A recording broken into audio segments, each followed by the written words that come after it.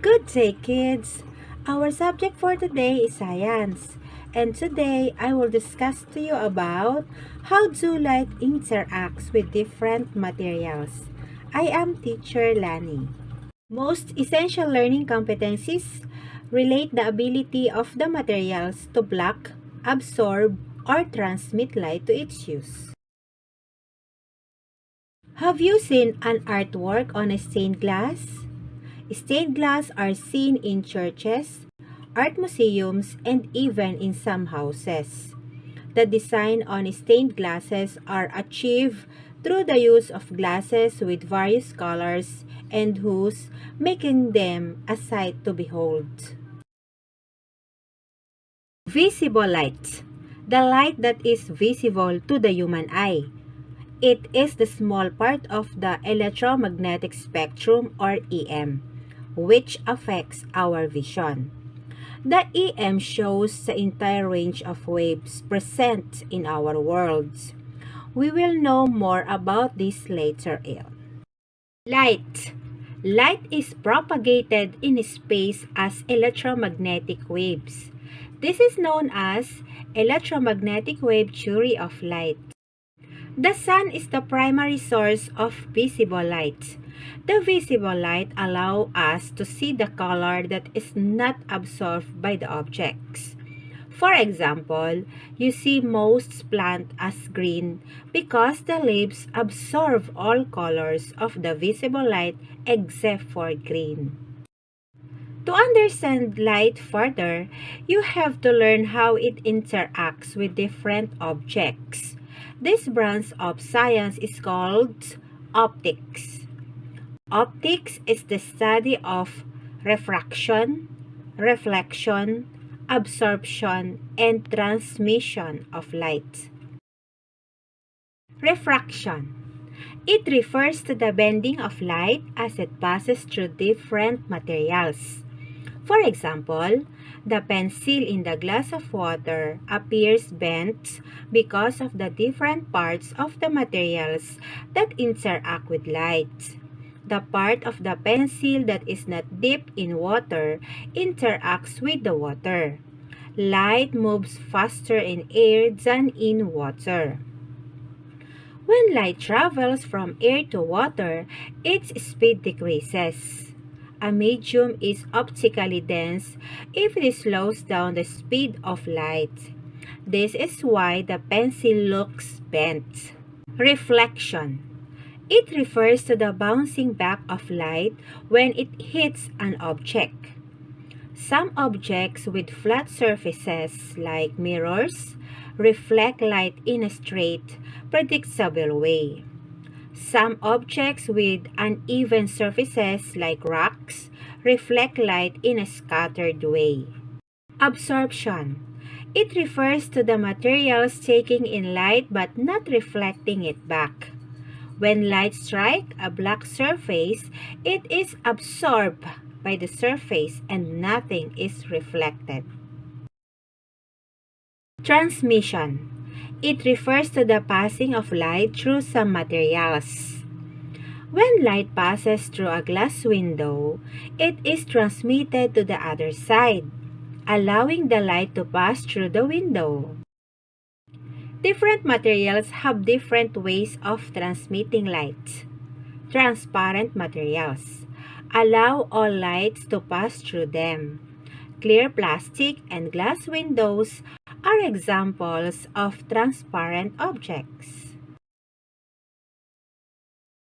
Translucent materials allow some light to pass through them. Stained glasses and frosted windows are examples of translucent objects. Opaque materials do not allow light to pass through them. Concrete walls, wooden doors, and mirrors are examples of opaque objects. The activity that you are going to perform will clearly describe how light interacts with different materials. Learning task number 1. Prepare the materials listed below. If not available, you may use other materials at home to perform the activity. You may ask the help of your parents or guardians or any adult members of the family if needed. Title: Refraction of Light. Materials: a glass of water, 3/4 full, white bond paper, sunlight, crayons, pencil. What to do? Number 1. Take the glass of water and paper to a part of a room with enough sunlight. Near a window is good. Number 2. Hold the glass of water above the paper and watch as sunlight passes through it, refracts or bends, and forms a rainbow of colors on your sheet of paper. Number 3. Try holding the glass of water at different heights and angles to see if it has different effect. Number 4. Draw and color your observation. Questions. Number 1. What do you see on the paper when the glass of water was exposed to sunlight? Number 2. What do you think caused the sunlight to refract or bend? Number 3. What was the effect when the glass was held at different heights and angles? What does this show? Number 4. What may happen when light passes through a glass of water? Learning task number 2. Direction. Put a check mark on the column that describes whether the material can transmit, absorb, or block light. Materials: sunglasses, cellophane. Number 3, rubber tire. Number 4, black shirt. Number 5, woods. Number 6, vase. Number 7, dark cartolina. Number 8, red shirt. 9, plastic.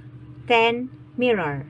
Identify if it is transmit light, block light, or absorb light.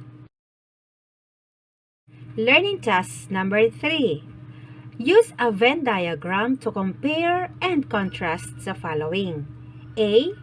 Reflection and refraction. B. Absorption and transmission.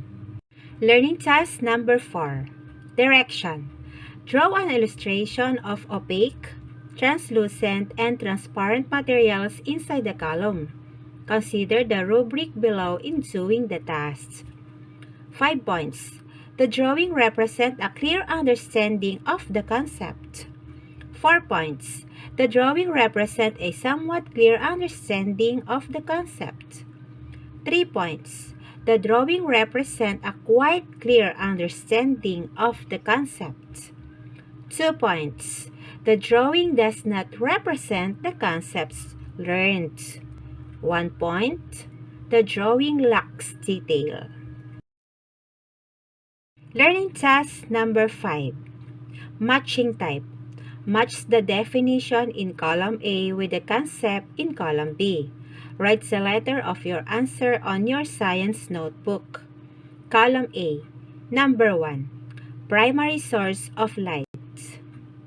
Number 2. The light that is seen by the human eye. Number 3. The bending of light as it passes through. Number 4. The bouncing back of light when it hits. Number 5. Objects that do not allow light to pass through them. Column B. A. Sun. B. Refraction. C. Reflection a different material. D. Opaque. E. Visible light, the object. F. Transparent. For the recap, optics is the study of refraction, reflection, absorption, and transmission of light. Refraction refers to the bending of light. Reflection refers to the bouncing back of light. Absorption refers to a material's taking in of light. Transmission refers to the passing of light. Learning task number 6. Read each item carefully. Choose the letter of the answer. Number 1. A piece of coil appears black when viewed in sunlight because it blank all the light that falls on it. A. Absorbs. B. Reflects. C. Disperses. D. Transmits. Number 2. A red rose appears red because of its ability to A. Absorb the red color and reflect all others. B. Reflect the red color and absorb all others. C. Transmit all colors except red. D. Transmit the red color and reflect all others. Number 3. What do you call the bending of light as it passes through different materials? A. Diffraction. B. Reflection. C. Dispersion. D. Refraction. Number 4. What do you call the bouncing back of light?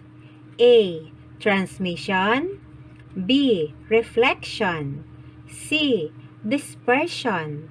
D. Refraction. Number 5. Why do you people enjoy the shade of the tree during summer? A. It absorbs light. B. It blocks light. C. It reflects light. D. It transmits light. Thank you, kids, and have a good day. I am Teacher Lani.